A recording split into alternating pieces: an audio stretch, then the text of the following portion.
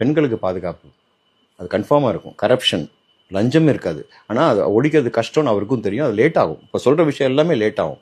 அதுக்கப்புறம் பேசிக் வேலைவாய்ப்பு, பாமரன்லேருந்து இவங்களுக்கு வேலைவாய்ப்பு, அருமையான ஒரு க்ளீனான ஒரு சமுதாயம், ஹாப்பியான ஒரு மக்கள், அதாவது பயம் இல்லாத ஒரு ஸ்டேட், க்ளீனான ஒரு ஸ்டேட், மற்ற ஸ்டேட்ஸ் பார்த்து பொறாமப்படக்கூடிய ஒரு மாநிலம். ஸோ இது வந்து பண்ணுறது சாதாரண விஷயம் இல்லை. இது எவ்வளோ வருஷமாக இந்த கட்சிகள் இங்கே இருக்குது, எவ்வளோ வருஷமாக இருக்குது. எப்போ வேணால் இதை பண்ணியிருக்கலாம். இப்போ நான் பண்ணுறேன் அப்படின்னு ஒரு மனுஷன் வரும்போது அவரை ஃப்ரீயாக விடணும். அதை வந்து வந்தவரை போட்டு டிஸ்ட்ராக்ட் பண்ணி நிறைய பிரச்சனைகள் கொடுத்து பண்ணுறதுல உங்களுக்கு என்ன பிரயோஜனம்? மறுபடியும் நம்ம எல்லாருமே வந்து எங்கே போய் விட போகிறோம்? அந்த குடிக்குள்ள தான் விட போகிறோம்.